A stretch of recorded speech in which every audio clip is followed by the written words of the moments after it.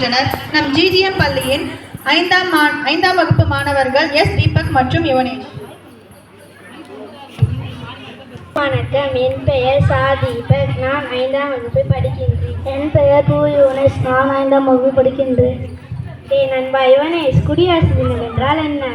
சும்மா தெரியல, கொஞ்சம் சொல்லுப்பா, நாங்கள் எல்லாம் தெரிஞ்சுக்கிறோம். ஆங்கிலேயர் ஆட்சியிலிருந்து பிரிந்த பின் இந்திய அரசாங்கம் சட்டம் 1950ஆம் ஆண்டில் ஜனவரி 26ஆம் நாள் குடியரசு தினமாக கொண்டாடப்படுகிறது. அன்பா தீபக், சுதந்திர தினம் என்றால் என்ன? இன்னுமா தெரியல, சொல்லுப்பா, நாங்கள் எல்லாம் தெரிஞ்சுக்கிறோம். 1947ஆம் ஆண்டு ஆகஸ்ட் 15 பிரிட்டிஷ் ஆட்சியில் இருந்தது.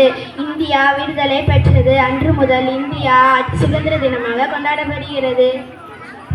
அன்பா தீபக், தேசிய கொடி ஏற்றுமுறை குடியரசு தினத்துக்கும் சுதந்திர தினத்துக்கும் என்ன வித்தியாசம்? சுதந்திர தினத்திற்கு கொடியை கம்பத்தின் கீழே கட்டி கம்பத்தின் மேலே ஏற்றுவார்கள். குடியரசு தினத்திற்கு கொடியை கம்பத்தின் மேலே கட்டி அதன் பின் ஏற்றுவார்கள். நன்றி. ஜெய் ஹிந்த்.